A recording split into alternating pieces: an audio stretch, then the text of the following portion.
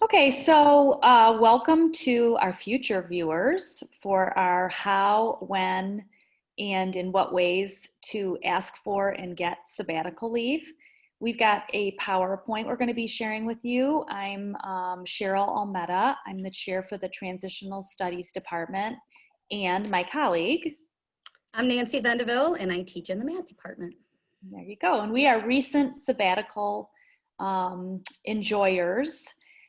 We have a PowerPoint we're going to share with you, and we can talk a little bit about the process of applying for sabbatical, as well as some of our tips and some information about how we kind of made the most of the experience.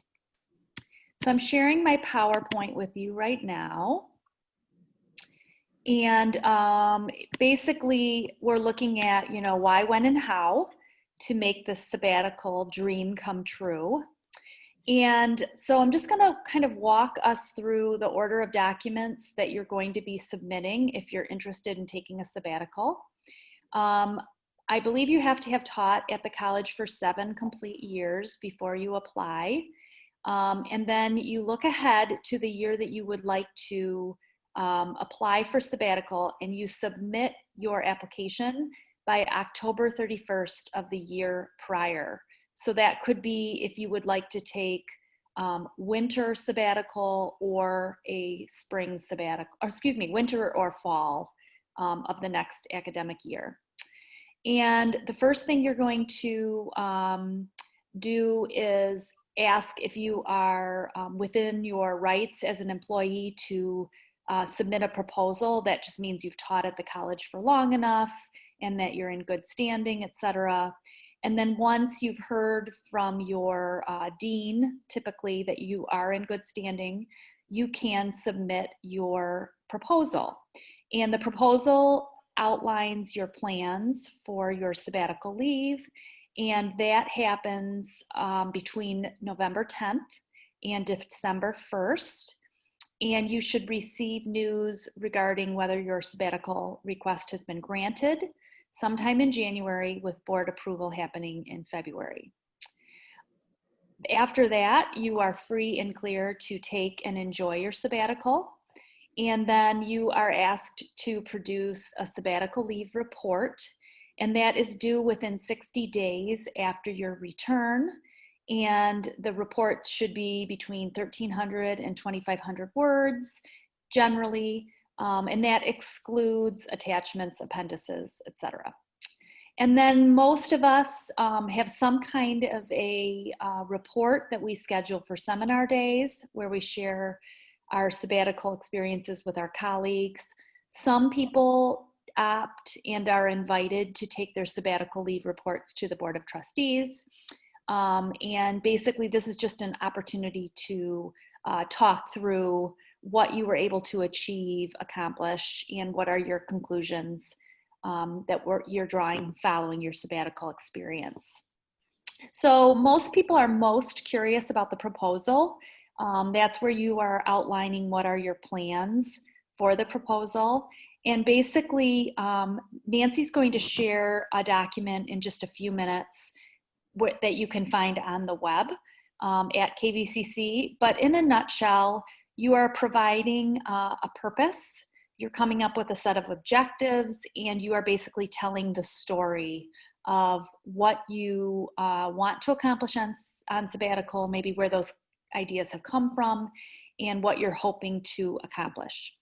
And so some amount of background, providing what has brought me here. Maybe you caught an idea for a research project at some other point, or you had a similar experience and you'd like to continue that experience. So some kind of bit of background. Establishing a foundation of shared vocabulary, that's important because you are going to be proposing a sabbatical experience outside of your department. And so those of us in math or communications or English or the skilled trades, we might have to clarify or define some of our vocabulary for people outside of our own content area. And then you really want to plant the seeds of purpose These are largely defined for us by the college, and you're building into these in more specific ways. How might your sabbatical enhance your teaching effectiveness? How might it forward institutional goals? How does it demonstrate above and beyond professional development? For example, does this require travel that you wouldn't be able to do during a normal semester? Does it involve research or scholarship for which you would not have time during a regular semester? So thinking about not just that it is professionally developmental, but how and kind of in what ways does it exceed that which you do during a normal semester. And then do not underestimate the value of reflection and renewal.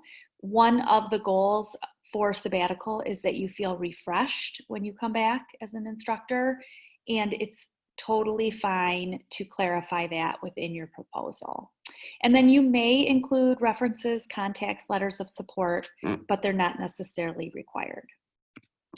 So basically, sabbatical, on your own terms. You want to create some kind of a calendar. Some people are very specific, some people are very loose. Short-term and long-term goals, contacts and conversations and research. And then, of course, rest and renewal. You'll probably incorporate all three of these things in some way, shape, or form. So just speaking personally, to give you an example, my original statement of purpose dealt with a proposal to do research into an inquiry process called the iSearch. And to do that, I needed to spend time in conversation, or at least through emails, etc., with a couple of other college instructors, Brian Gogan over at Western Michigan University. I suggested I would talk with Lauren Friedman, who is a former KPS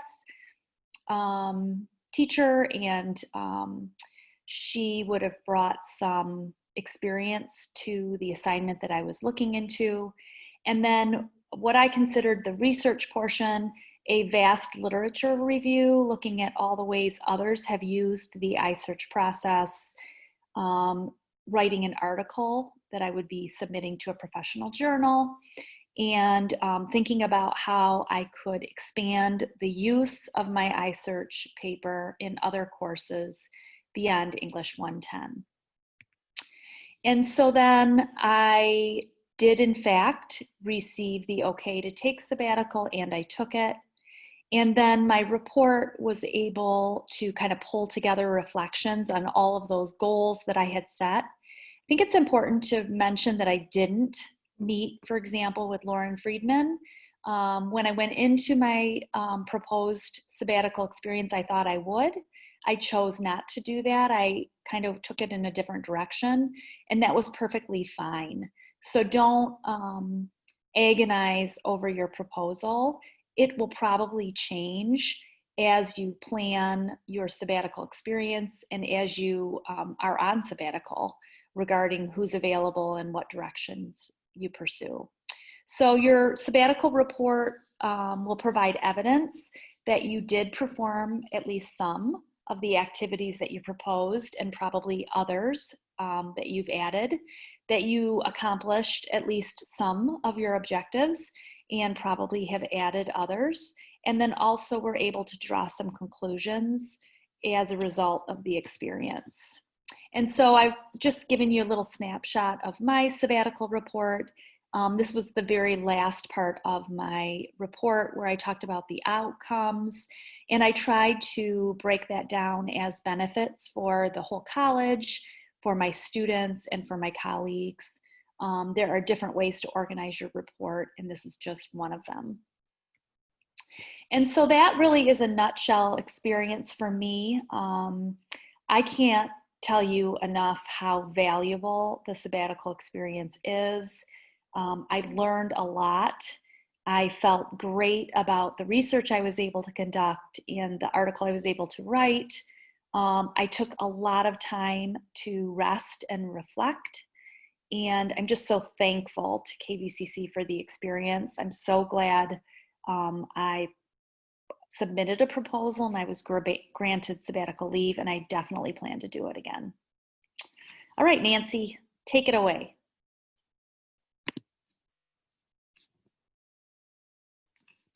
Oops, you're muted. There you go. Thank you, Cherl. That was great information. I echo your sentiments about the value of having a sabbatical and how much I appreciate KVCC for allowing that opportunity to happen.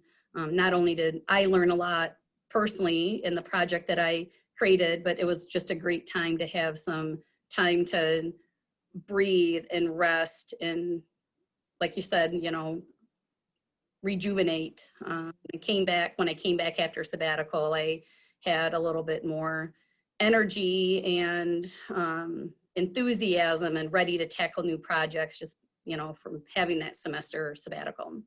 So I want to, just in case you are ever wanting to look at the detailed list, this is on the KVCC's website. It gives all that information that Cherl talked about when to request your application and when to submit your proposal, and then all the different information that needs to be part of that proposal. And for me, my colleagues had encouraged me to apply for sabbatical on numerous occasions, and I'm like, oh, I don't really know what to do for sabbatical. And then finally had an idea that I thought, you know what, I think that would be kind of good. I'll tell you about what it was in just a minute. So it took a little bit of encouragement for me to feel like I had a worthy idea, I guess. So then when I got to the point where I was applying for sabbatical, I looked at all of this stuff online. I'm like, wow, that looks just overwhelming. I need to see some examples. I'm like, this is just so much. And so I started out by asking some people at KVCC that I know had been on sabbatical and had a good experience, if they would mind sharing their proposal so I could see what went into the proposal. And then I found out that these are all archived in the library. So I spent some time in the library looking at people's, not only their proposal, but also the report, because I wanted to know kind of what the expectation was, because I'm a plan up front kind of girl and not a fly by the seat of my pants. So I kind of wanted to know what I was getting myself in for before I actually applied. And so that was so helpful to have looked at what other people have done and looked at instructors from outside of my discipline, even just to look at a wide variety of proposals that were accepted as, you know, good sabbatical projects. I'm like, okay, well, I think my idea will fly. So again, when you look at this document, it looks super overwhelming, but highly encourage any of you who are thinking about applying to access the archived sabbatical proposals from previous sabbatical awardees, just so you can get an idea of how people write their proposal. And they're all different people. There's no standard format. So it was helpful to look at a lot of different examples. Also, when I was writing my proposal, even though I teach math, I always have felt like I was a fairly decent writer. So I felt pretty good about how I wrote my proposal, but I did want some people that have a little bit more a different background than I do to take a look at it and give me suggestions on wording or grammar or whatever. And so people were so willing to help do that. It was very valuable too. And it also was valuable having people outside. I had people from inside my discipline look at my draft, and also from outside my discipline. And the people that looked at it from outside my discipline came back to me and said, I totally understand this. I am not a math person, but I totally understand what you're writing. And that's important because you are writing your proposal. The people that sit on the sabbatical committee are people that are in your discipline. So on this statement right here, as you write your proposal, remember you are speaking to educated lay people and not specialists in your field. So it's important that my proposal made sense to somebody outside of my field. So highly encourage everybody that is applying to have other people read it and give feedback. And if you don't understand what your proposal is, it's very likely that people on the sabbatical committee won't either. So you want to make sure that it's explained in a way that people understand what it is that you're trying to accomplish. So like Cherl said, you know, a point of the sabbatical is time to have rest and rejuvenation. And some people front load, they want all their rest and rejuvenation up front, and then they work on their sabbatical later in the semester. Other people like to get all their work done up front and then rest at the end. Mine, so my proposal was related to our Math 115, our liberal arts math class. And this is a group of students where this is a terminal class for them. They're not going into any kind of a STEM field. They say they're not math people. This is their one math class that they need for their program. So a lot of students in the art and new media pathway, criminal justice, communications. So these are students who feel like there's not really any applicable real life value to math. And so my quest was to pay attention even more than I usually do. Sometimes I listen to the news with an ear half open, but really pay attention to the news and newspaper articles and things that I see that are like, oh my gosh, there is so much math in there. Problem solving and statistics and finance and geometry applications, which are the main topics that I cover in my Math 115 class. And so I would watch the news. I'm like, oh my gosh, that is a great problem. And so I would stop and I'd write down the details. And then I wrote up an activity. So part of my proposal was developing a whole set of class activities that I could either have my students do in class or work on as a project, maybe a group project outside of class, where they're really delving into the topics a little bit deeper than what we have time to do inside the classroom. And so as I heard something or read something, I'd write the activity and then save it in my files so that I didn't have to try to remember everything at the end. So I worked on mine as I saw new opportunities for how the real life world was applying to what I was talking about, you know, the topics that are covered in the math class. So that's how I approached mine. Definitely had a lot of time for rest and rejuvenation in there too, but mine was a kind of a continual, oh my gosh, that's a great idea, I want to write that down, and then I'd write the activity kind of soon after. So that's how I approached my sabbatical.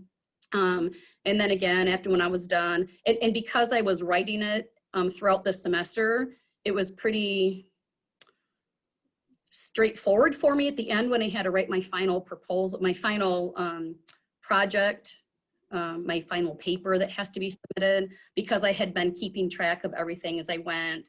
I talked to a lot of different people and I'd record the conversations and immediately write that up. So that worked good for me instead of trying to remember at the end of the semester exactly what I did and when I did it. So I just kind of went, worked on it as I went, and then I did my presentation during a seminar day. So highly recommend. I wish I wouldn't have waited so long.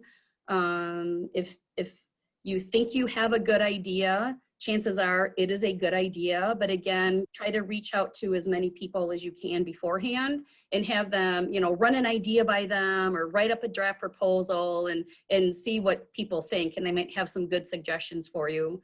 And then again, all of that can go into your post-sabbatical report as well. Yeah, just to underscore what Nancy said is that most of us probably do have a good idea.